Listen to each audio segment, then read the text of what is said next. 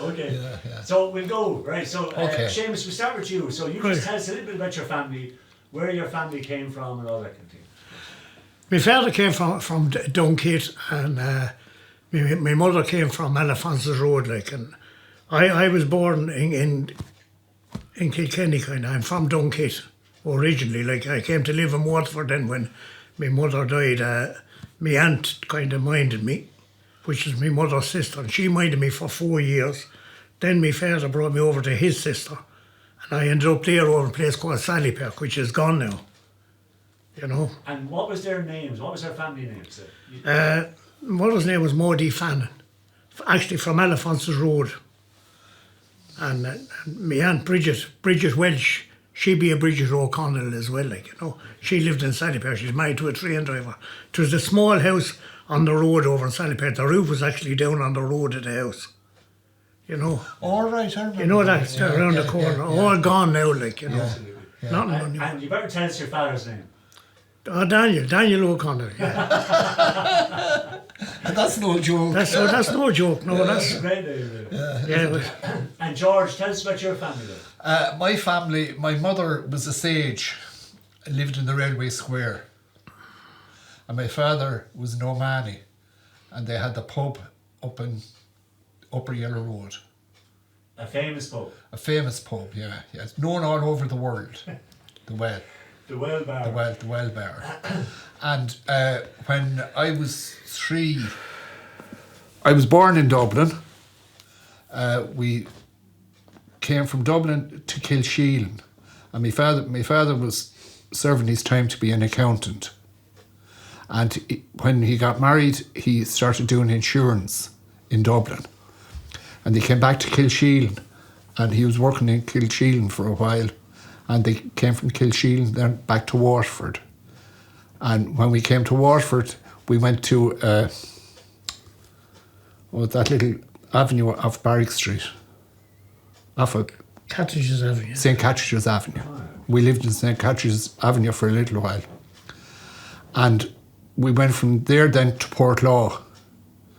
And I lived in Portlaw all my life. Well, until I was 15 and a half, nearly 16. And we moved back into Waterford then. Okay. And George, just to stay with you then, did you go to school then in Portlaw? I went to school in Portlaw. As a matter of fact, I have some photographs there. And what was the school in Portlaw like, you have to say? The national school, the boys' school. I started off in the Mercy Convent in Portlaw and went to 3 babies, second babies, third babies, and then into the boys' school. And my teacher at the time was Mr. Lyons. And we came into Waterford then. My father was an accountant in the tannery in Portlaw. And we came back into Waterford. I was about 15 and a half. 1955, we came back to Waterford. And tell me, your Portlaw then, was that like, would you be very conscious of the Lord and all that kind of stuff? Or? Yeah, he was great now. He was come down to the village and he'd be walking around. You know, he got to know everybody, like, you know. Well, not personally, but you'd know him, you'd wave to him or whatever. But the place was fabulous. Would you refer to him as the Lord? I never actually done that. Or I never met him that close, like, you know. But it was great. Portlaw was fabulous. It was some place to be reared. It was brilliant. And Seamus, where did you go to school? Mount Sinai. For the first 6 years I went to Mother Anthony's in Fiddle Street, and then I went to Mount Sinai the whole way through. You know, I got kind of kidnapped then to go out to the last fight. I was brought out in a van. Okay, but before you got kidnapped then, what age were you in? I mean, were you in... Do you know the way primary school in those days was different? You went on to what age? What age you, Seamus? I ended up going into first class in Mount Sinai. I went up through the whole place with Mr. Midlin. He was in number 9 in the Central. Mr. Gloucester from Tramore. They all taught me. I went to school then, I was on the verge of going into first year when I got the job in the glass. And what age were you then?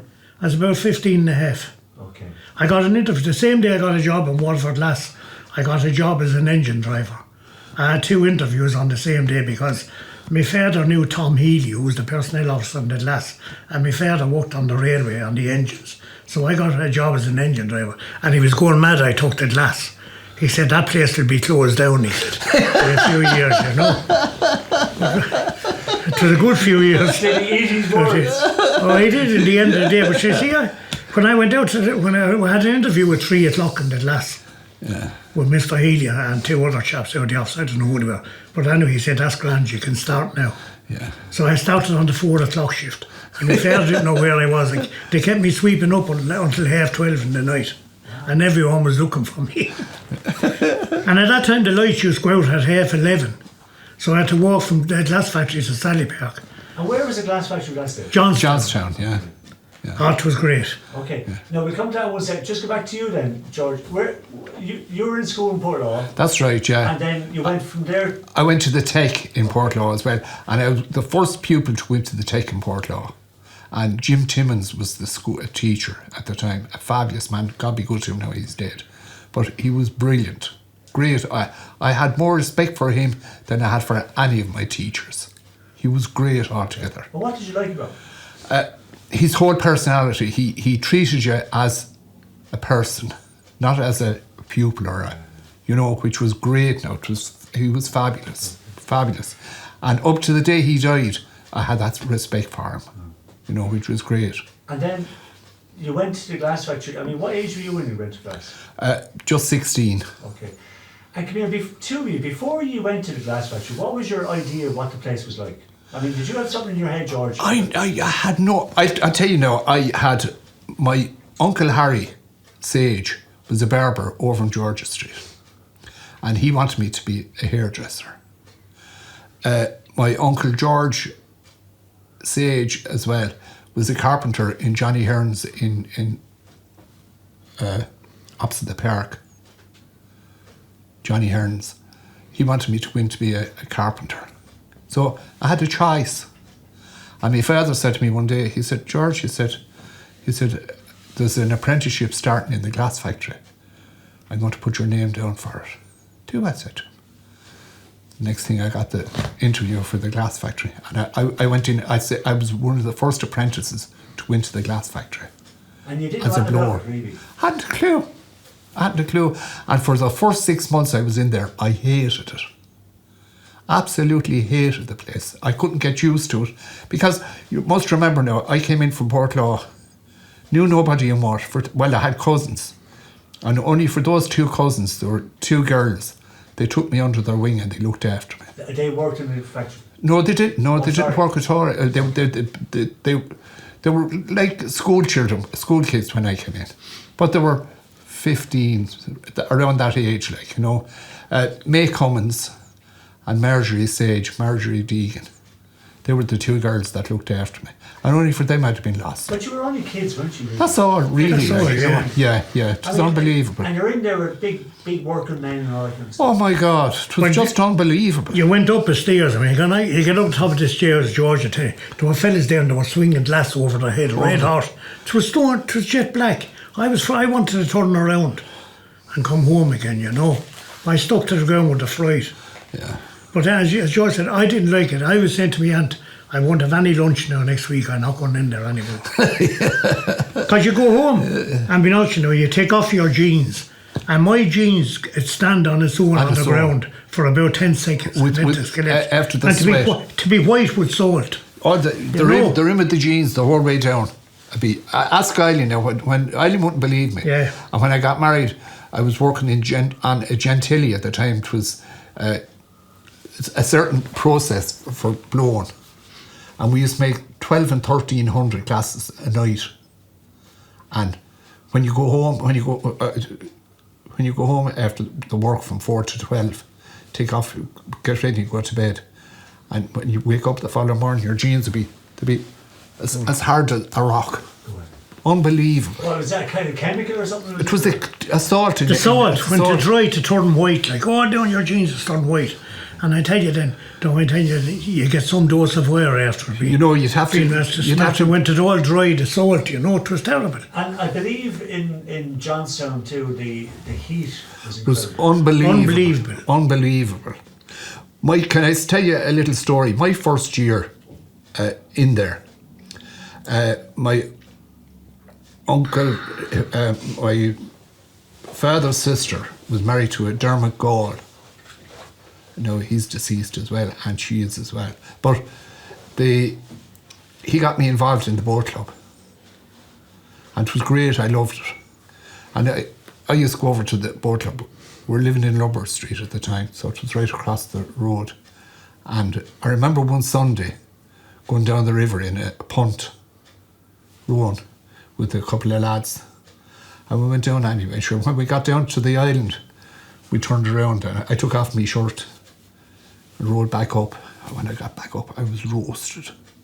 And I went into work the following day. I thought I was going to die with the heat. You know, it was wicked altogether. So with the sunburn. The sunburn and the heat, oh my God, it was unbelievable now. Unbelievable. But then when we moved on a few years, when you'd be up on the platform, you'd be starting really to blow now, getting the idea of it, you know. Yeah. We used to be drinking bottles of snow cream, with the water, snow cream bottles, water and that. And the minute you drink it, you feel the water coming out through your head. And you get sick, you throw up your guts. And the nurse, Sister Carol, God be good to her, she used to come over to us, she'd give us horse tablets. They're about the size of a half crown. Salt tablets. And the minute you take them, you got twice as sick. Yeah.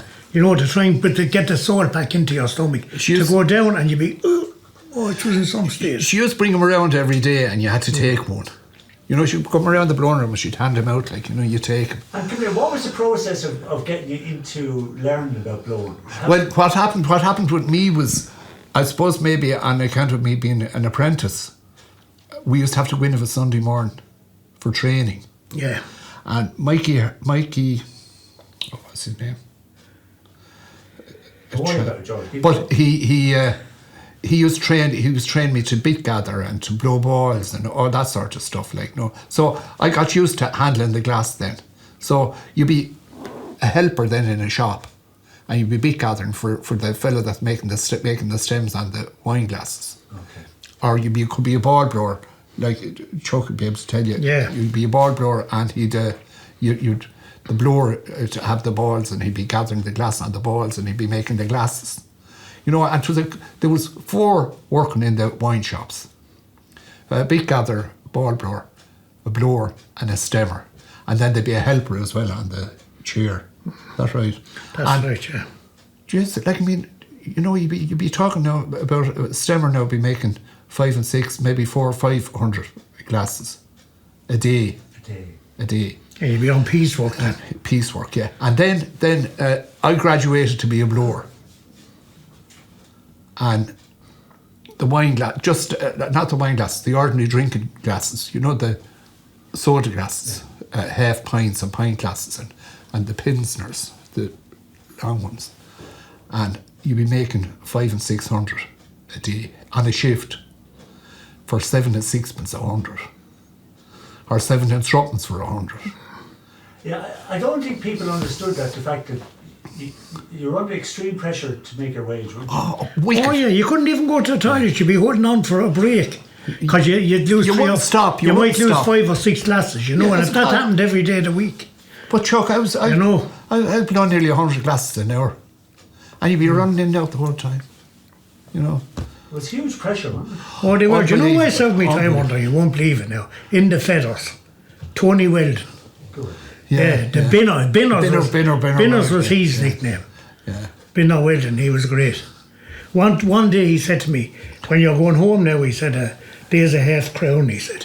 You'd have a bonus week coming up to your summer holidays, you know. If you made an extra 5 shillings, you get that for each week of your summer holidays. So Binner said to me now, when you're going home now, he said, go into the lane, he said, I get a box of Perlidium tablets for your mother.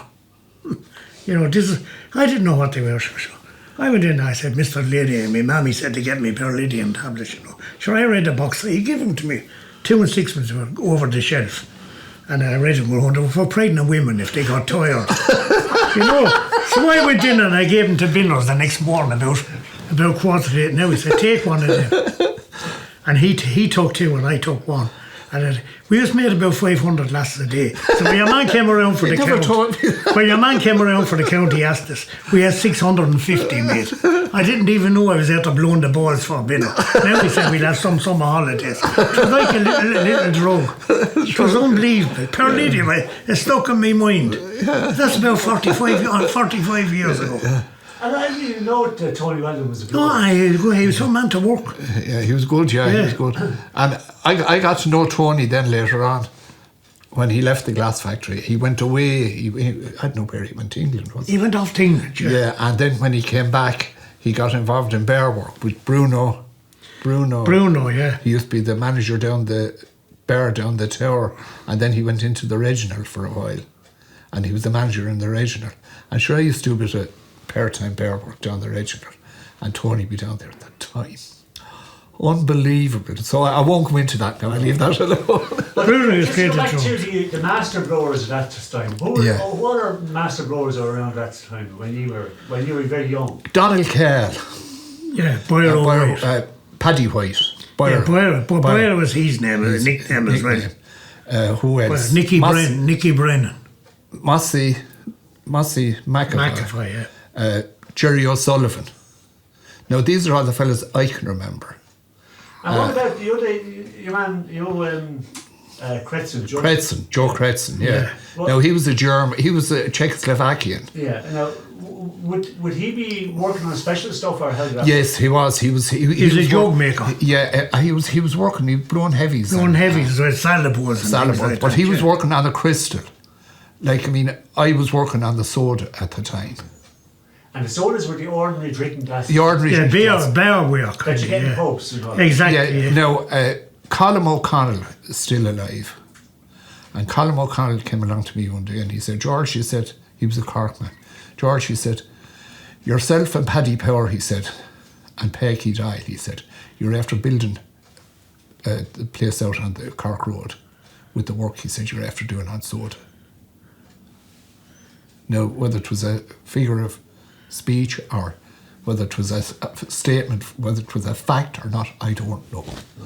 But like me, he said that to me, you know. So you had it down to a fine. Oh, I had, like, I mean, you know, and then we went into, started working on the Gentilly, 13 or 1400 glasses a shift. But there was 1, 2, 3, 4, 5, 6, there was 6 people working in the shop. But we're making all the wine glasses. Like, you know the wine glasses now, you get a nice glass of wine, we're making those. And Joe, just speaking of Joseph Kretzen, there was other people who came over from Europe and all that. Did you That's know right. The Italians. Okay.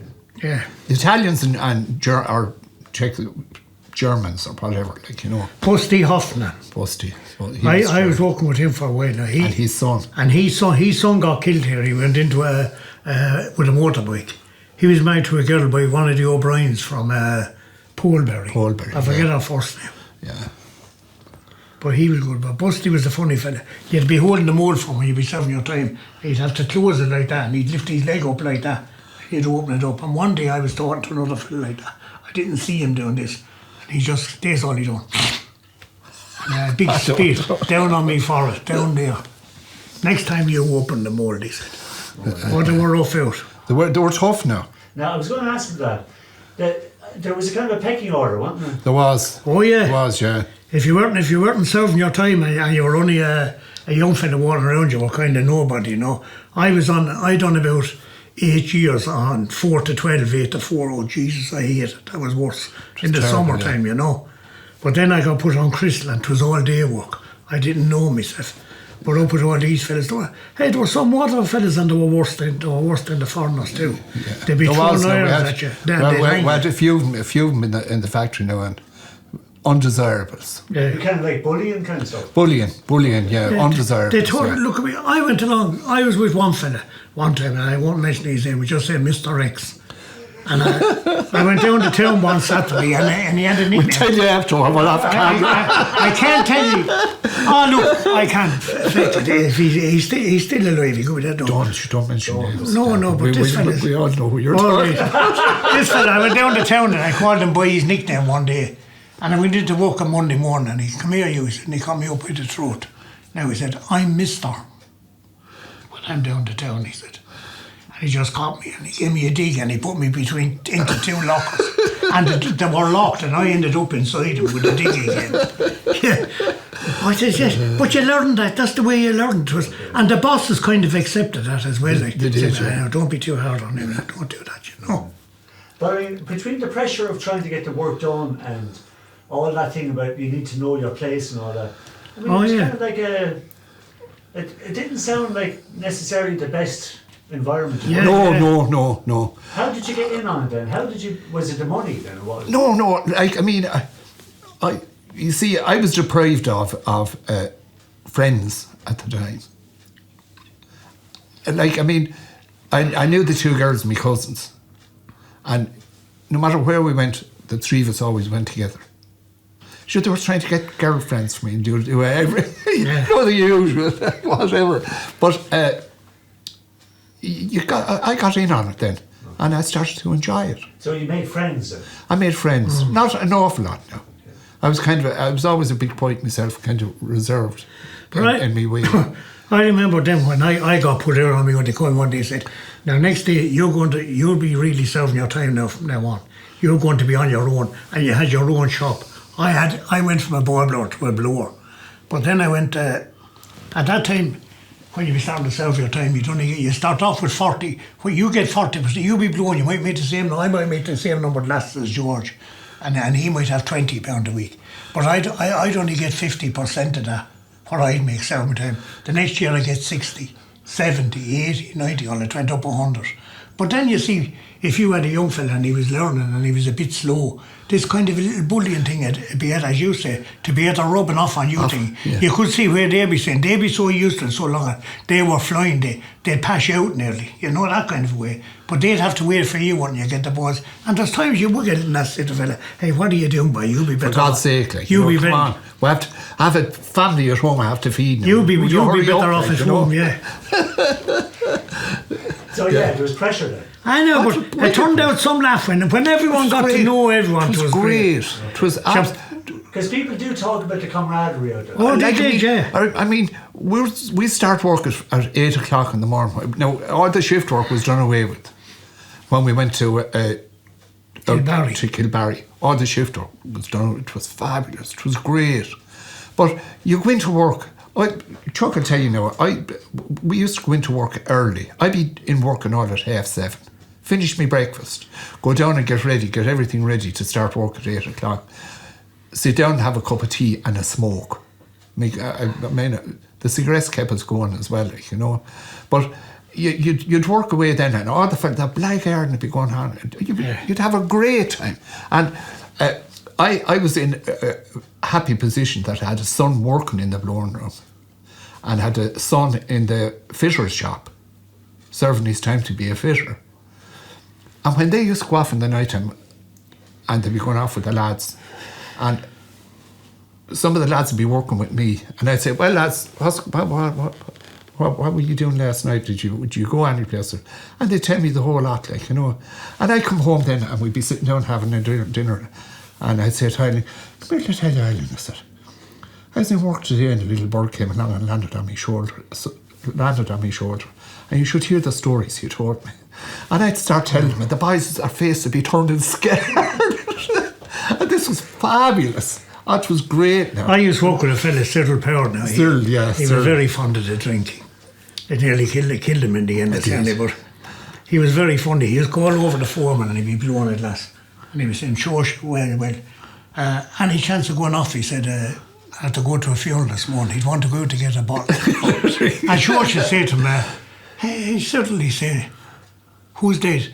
Look, he said, there's 38,000 people living in Waterford. Someone must have died last night. And then we used to get loans for cars and motorbikes, And we'd win, and you'd have to go into Noel Crone and be good to him. Noel with the one leg, and he had to go in and he said, I know you got another loan 12 months ago, you haven't that paid yet. I'll pay that with this one. I get twice as much as this one and pay it off. But Cyril went into him anyway, and Cyril had a loan in the AIB and the Bank of Ireland. And your man said, but you have a loan in the AIB, but this is for the Bank of Ireland, he said. And Noel Crone said to him, I don't think I'll give you this, Cyril, he said. And you're some man, this is the personnel officer he was talking to now. He was only one good Dublin. You're some man, he said, you're telling me how to live my life, he said. And look at you, he said, you haven't the leg to stand up.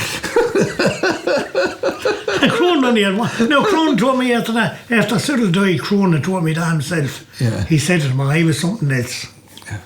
But they were great. So you could get loans within the factory? Oh, yeah. Oh, yeah. Yeah. Or they'd organise the bank. Once the factory kind of guarantee it for you, like, you know. And that was another thing I was going to ask you too. There was a big social scene outside of the glass factory. There were always, yeah. Oh, yeah. When you're on days, there was also a big sports thing. There was kind of all different things happening at night time. Oh, they had sports and everything. It was great, yeah. Okay. It was wonderful, sure. So there was kind of a community set up. But this area here, the glass factory built all these houses, and where Chokins lived. The 62 houses. The 62 houses. They're glass factory built. Like, I mean, I had a small little house out in Lower Grange, and a 1 bedroom, small house, and I went to get I was after getting a loan in the bank to buy the house. My father organised it, and when I wanted to get an extension put on the house, the bank manager said no. He said, look, he said, George, he said, they're going to build houses, he said, up in Paddy Brown's Road, the glass factory. Now, I didn't even know it at the time. They're going to build them, he said. Why don't you apply for one of those? He said, because, he said, you have no front garden. He said, you're going to be living out in Lower Grange, opposite the Folly. There'll be buses flying in and out the road, and you have one child and your wife is expecting another child. Sure, I only barely knew myself the wife was expecting the second child. How he knew, I don't know. But it was unbelievable. Right. And that's where we are now. Yeah. All this year is 62. I remember Mr. Griffin said to me, I applied for it, you got the house, he said to and everything. Now he said, I was in O'Gorman's butcher shop down O'Connell Street. A flat, for £5 a week, 1960. And he said, this house now, he said, you had to have £20 a week to get it in the first place. So you were living over the shop, is it? Over the butcher shop. So I'm only across the road from George. Now he said, now remember, £5 a week. This house, he said, will be a bit dear, he said. It'll be £3 a week, he said. For 30 years. Sure, I moved into a house and I had an extra £2 £2 in your pocket. You know, it was unbelievable. And when I got the house, I went home and I told Breda, and I started dancing upstairs in the O'Gorman butcher, and the ceiling fell down. And all they had a big blue light shining on the meat, you know, to make it look lovely, the red to make it red. All the stuff went down on the meat. They had to throw the whole lot out. A fellow by the name of Johnny Biden, Mrs. Gorman and poor old Kevin, he got drowned in the end. Yeah. He had the head off me. He was going to charge me for the whole. I said, should the ceiling fell down, I said. Yeah. And the glass. Yeah. And like, it was, I suppose, getting known all over the world. Did you get a sense of pride in all that? Always. We always had pride. But there were some of the fellas now, they were asked to go. They were sent off to sign glass out in America. Out in America and everything. And they got a month out there, like, you know, going around signing. You'd be brought around everywhere, flights and everything paid for, you know. But there was one fella went out, Pat Elwood, his name. He's still alive, but he was out from Gold's Mill, like. So he sat down anyway, and he arrived there late in the night. Yeah. And he got his food in the hotel, and he went up to bed, and he got called the next morning for his flight. And he came to, and the same fella was serving in the hotel, you know. And he was going around serving everyone. And Eddie Doyle got good and came along to collect the man. And Pat said, I didn't get me breakfast yet. He said, I'm here since 5 o'clock. He said, sitting down the table, he said. And there were other people, he said, came in at 5:30. Your man was going over with the train. Yeah. You know what I don't? He never gave him a tip the night before. So your man left. The idea, no one told me you had to give, the 5% or whatever it is like that. Or 10%. So your man was nodding at him and he was passing him. Never went over and said he okay, just left him sitting there for 2 hours. Yeah. You know. Oh yeah, but when you don't know, you see, you know. And you feel danger then. Yeah, you would, yeah, you would. But what I didn't like about the glass factory was, unless you had cronies in certain places, you got nothing. Well, what do you mean, like perks? Perks like going to America. Oh. And nod and a wink as the fellas you said, know. Like, I mean, and it was only after I met one of the girls that was in the office.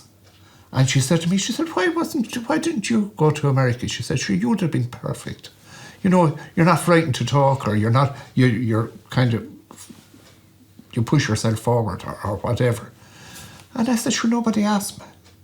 But she said, we only went on who we were told to ask. You know. Okay. So there's an inner circle. An inner circle. Oh, they were. One fellow was asked, he's dead now, God be good. And he said to the boss, oh, I wouldn't go to your sister. I'd be frightened to go to Tramore, he said, on the 15th of August. He wouldn't go to Tramore. He was a nervous wreck and he's asked, nearly shook, frightened, you know. Because they were only barely. Television was only coming in then. Yeah. And you were seeing those places, masses of people, you know. Yeah. And come here, what was that like working out there when tourists were walking? Oh, it was fabulous. It was great. It was great. It was great. You'd have some time with them. You'd have some time. I had an uncle.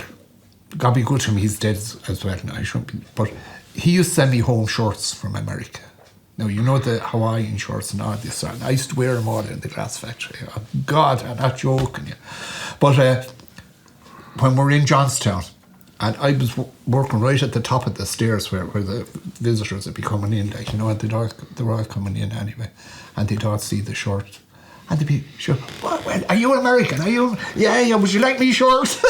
It was great.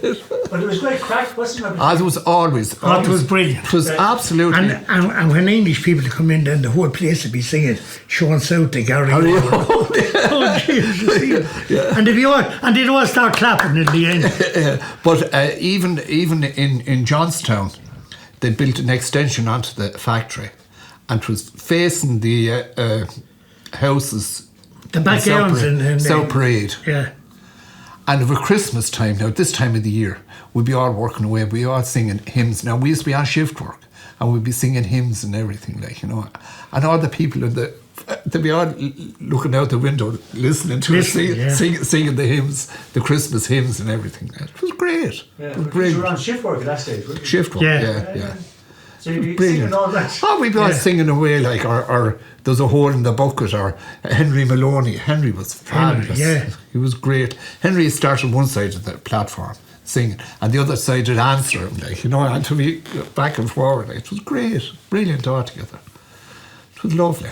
And so, I mean, like, you didn't mind then the tourists kind of.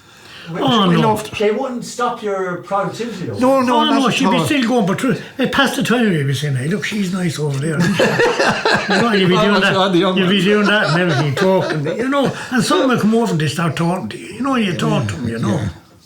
But a lot of Waterford people didn't come in to have a look at this. You'd be surprised. I'd say less than half the people in Waterford saw it. Very few people never saw it. Never saw it. A lot of people were jealous too, I have to say now. Yeah. And everyone had someone working there, you know. Everybody. I don't know one person that hadn't anyone working in the glass. I have to meet him yet, you know. Yeah. But the resentment was also about the wages, wasn't it? Oh, big time. No, big time. That was serious now. Because, like, I mean, we were earning... Well, I must tell you now, we were earning good money. But I never had a new car until 3 years ago. And I'm not even in the factory now. But, like, I mean, I had a family that I looked after and made sure they had sufficient and enough. And I didn't worry. I had a car. I'd always have a nice car, but not a brand new car. And it was only 3 years ago I got a brand new car. You see, in Waterford at that time, bread was tuppence and threepence cheaper. And it was all based on the glass factory wages. Now, everyone wasn't working in the glass factory. So if you were working out in the foundry, things were much different, you know. My father now was a bit of a foreman, Timmy Clancy down in Johnny Heron's now, and I remember when I had £39 a week, and he was well older than me, I was only a child and he was still working, he only had about £14.10 a week, and 39 now, and there was a gap there, like, and I was over from Sally Park and I was there picking up with these them fellas from Sally Park. They are no good, all them, and them lads. Jealous of the money, like, you know. Yeah. So you were like on 3 times your father's wages? Yeah, and my father-in-law. And he was drinking down the Gaelic one time, and I said, I'm going to fix him now, because he was only half talked to me. I said, hey Tim, I said, I'm in a bit of bother. What's up? I said, it's my round next and I'm all right. But it'll come back to me again, I said. And I have no money, I said. And he'd always have about £1 in his pocket, because he'd only have 3 bottles there to work, you know. But I go in, I'd have 6 or 7 with about 5 of us, and we'd be all buying from one another. This glass factory thing again. And he said to me, yeah, how much are you looking for? I said, about 7 shillings, I said. It was a lot, he said. Come out to the toilet, he said. And I go, oh no, Tim, I said, it's all right, he was with his mates, you know. It's all right, you can give it to me here. He opened up, he had an overalls, he opened it up like that way. And he took out £1.10. There's the 10, he said, you can give it to me whenever you have it. And he was waiting for me the next day to get it off. But he felt, I could see it in his face by asking. I broke the ice. He went over and said, do you know that fella they call Chuck? He said, I saw him yesterday. He's a nice guy when you get to talk to him, he said. Because I was there to ask him. I said, I put him up on a little pedestal, you know. I needed a few bob. Yeah. So what do, you know? And just about the drinking thing now. The Yellow House did well, didn't it? Oh, it did, yeah. And sorry, before that then, down in Johnstown. Canties, beside the glass factory. Yeah. Okay. Keneally's owned it. Okay. Yeah, and the Mansion House. Keneally's owned them as well. And he owned the Gaelic Bear down where... Down at the corner. At the corner. The corner is the car stand. What's Madison's, is it, or something? No. The Woodman, is it? No, across from the Woodman on the corner. It was the Gaelic. It just be called the Gaelic Bear. Keneally's owned them 3 pubs, you know. Yeah. Unbelievable.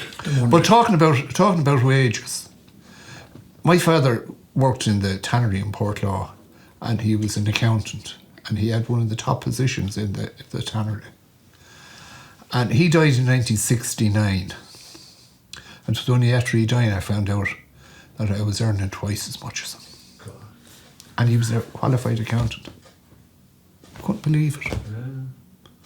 So, I mean, it was good money, but you worked hard for it. Oh, it was, my God, it was piecework, you know. That's why you were in work at 7:15. You could go in and start getting things ready when the bell is ring. But you could be down 100 lasses at 10 to 9, you know. It all depends on the size of the lasses you were making then. And then if the fellas didn't come in on time that were working with you, if they were coming in at 8 o'clock or 2 minutes or 3 minutes past 8, which they were entitled to do. But like, I mean, if you wanted to make your feel bad, you were in there early and got everything sorted out, like, you know. Oh, it was great, like that. And like, would you then, I mean, it was the other thing that was often said about the glass factory workers, obviously, was that you all got off on foreign holidays. No. Some fellas did. No, well, I'll tell you now. My first foreign holiday was to the year my son got married. Oh God, no, Eileen would be great for dates. But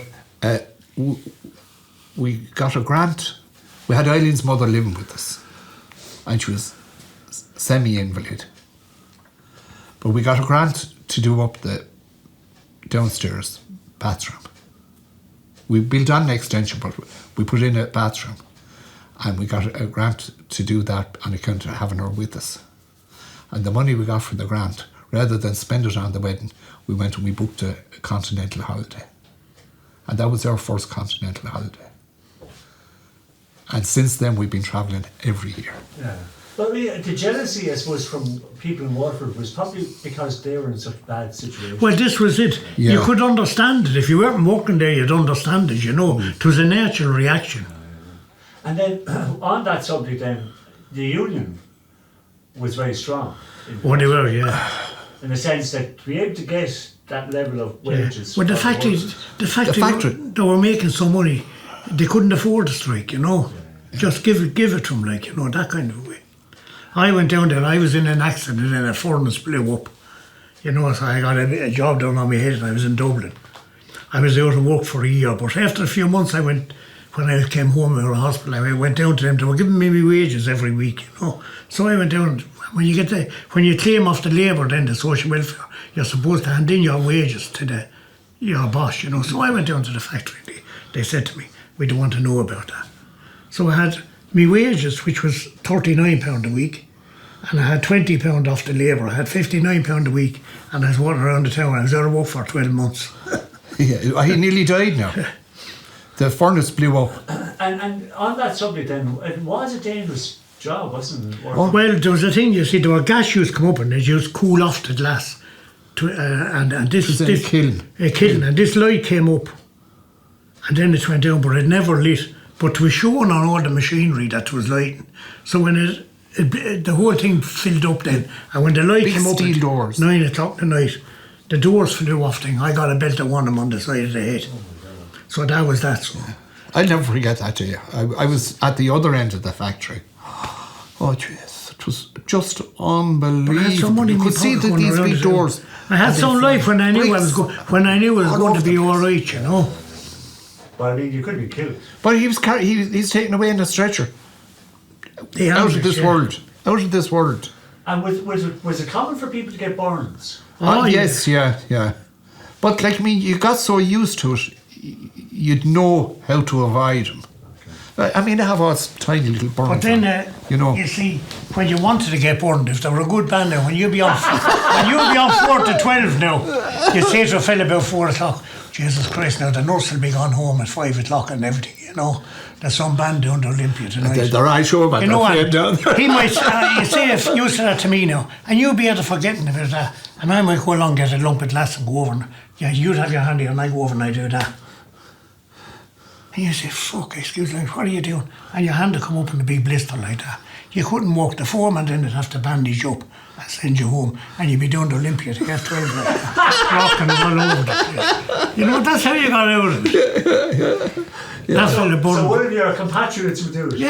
Yeah, and then it would be done to you when you wouldn't be expecting. When you wouldn't be expecting, you'd be able to forget it. And then you'd have to do the same thing. He might say, was a rider down there tonight. Or I want to go to a race meeting out in Tramore. That's what it. You know, you go off for that morning. You'd be there and you'd be working. Somebody come along. No, I'd never bothered with the race, but I know loads of fellas wanted to get off.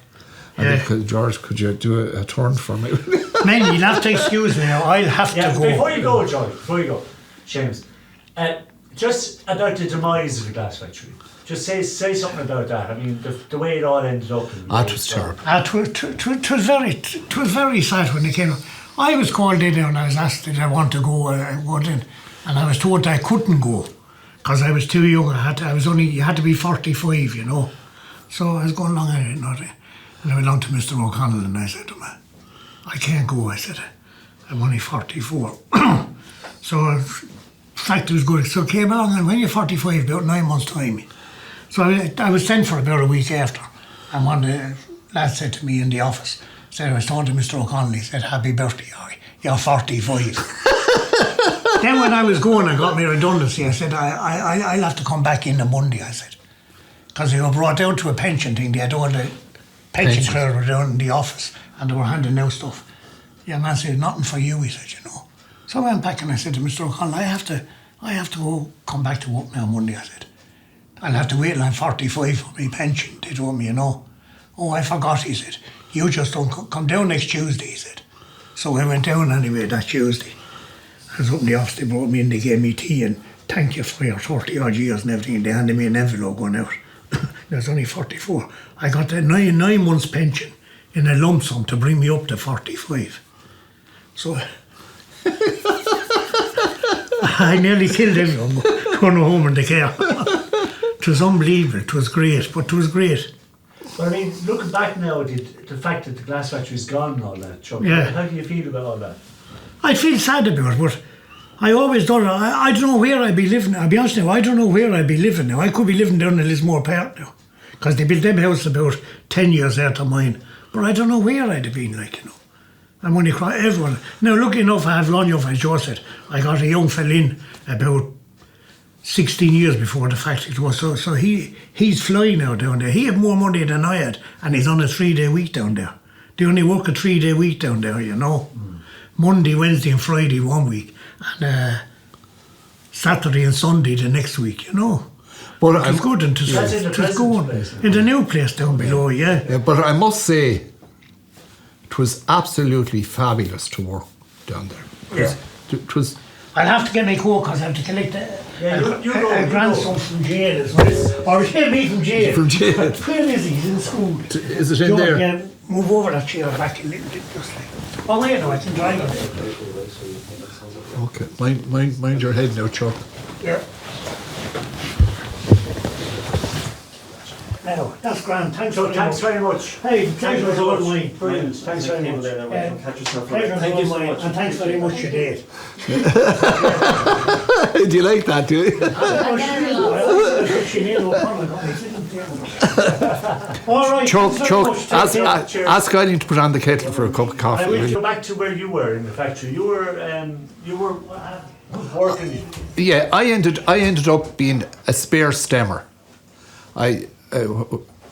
I became a stemmer, and then my seniority got me a spare stemmer's job, which meant that I'd go in the mornings. I didn't have to go in early.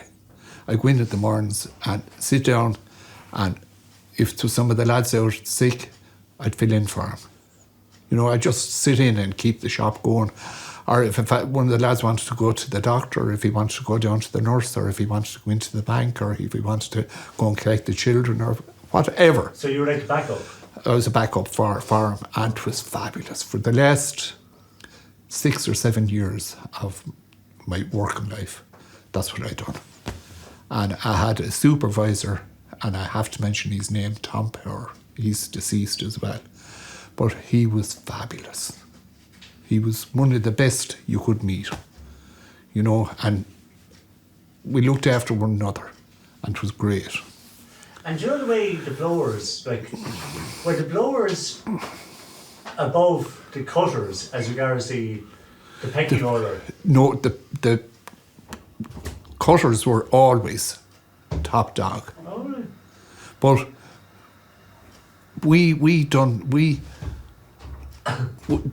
everybody prided the blowers. Everybody thought the blowers were, but we never claimed it. The cutters were always better paid because they done all the intricate, even though we made the pieces, they done all the intricate work on the, as you can see on the glass behind you, you know. But in saying that, I was happy with what I had. You know, it was great altogether. Great life. And were you there to the end? No, I left in 87. I was one of the first to go. And I was only 49 when I finished up. I mean, because Chuck said the same thing. He was quite young when he left. Yeah, he was, yeah. But I was only 49. And I came home on a Tuesday. I'll never forget it. Tuesday morning at about this time, I arrived in. Eileen was in here and she was hoovering the place. And when I came in, and she told, George, what are you doing home? I said, I'm finished. What do you mean you're finished? I said, I'm finished work now. I said, that's the end of it. Couldn't believe it. I was going around for about a month after. I get up in the morning at half 6, 7 o'clock, have me breakfast, go down and get the paper, come up home and read it. We had Eileen's mother living in the room inside. It was a granny flat for her. And I'd make a cup of tea for her and I'd bring it into her and I'd bring up Eileen to her breakfast.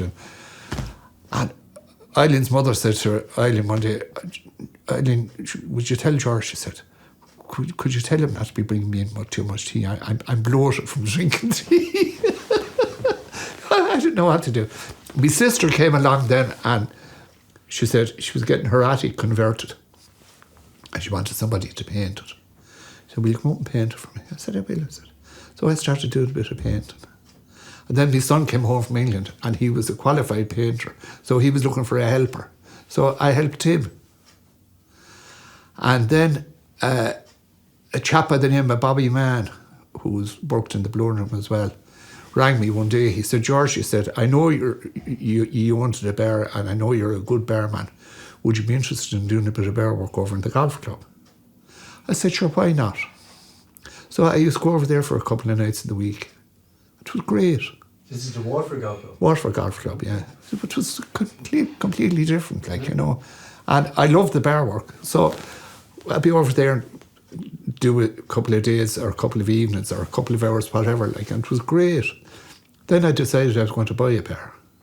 So I bought a bar out in Kilmeaden, to Lacey's Tavern, with my brother Frank. So we had that for a couple of years, enjoyed it, and things went against us. Well, you went back to your roots, because your roots... Yeah, they were in the pub, like, you know. So at the time we bought it at a bad time. The drink and driving laws came out. We only had it about 3 months. And another 3 months then, and the no smoking came out. So in case one wasn't bad, the other one was twice as bad. And what they done then was the interest rate in the banks went up to 16%, and we had a small loan in the bank. Sure, we couldn't even service it, the loan. So eventually we got rid of it. And I started doing a bit of driving then. And I was busy the whole time, which was great. Okay.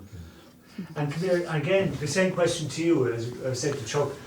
Like, looking now at the glass factory gone, and like at one time there was 3,500 people working there between Dungarvan and Waterford and everything. I mean, how do you feel about the whole thing now? It was terrible. It was heartbreaking. It was heartbreaking to go drive down past Kilbarry and to see the place levelled. I think it was a crying shame. It should never have been allowed to happen. It was disgraceful. Absolutely disgraceful. Now, I could say things, but I'm not going to, because I don't know whether it's true or not. But, it's a shame. It's a shame to see it going. George, thanks very much for doing this. And what we want to do now before we finish is, can we get some shots of you talking about the actual piece of glass? Yeah, okay, so yeah. We could, Keith, you can kind of get in behind George and just get, because we meet another fella at 11:30. So have you? Yeah. But he's starting off with a lovely close-up of the glass. So do you want to tell us about that? So off you go, George, tell us a bit about that. It was for the 25-year dinner dance, the ball they called it, and it was a dress affair. And it was lovely, it was great. So Mr. O'Connell got this commissioned. And the only way you could get into the draw was when you bought your ticket. Like you had to be a member of the blowing area, because for the blowers, 25-year ball, and I was the lucky one. I won it. Yeah. So it's actually just a stroke of luck. Stroke of luck, yeah. And this is a And special it's the first piece. time I ever won anything. So it was a special piece now. It was worth serious money, because you can see the fine cutting on it.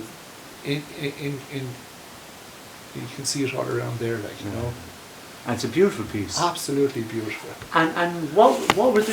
I mean, did you ever do any of that big stuff when you were down?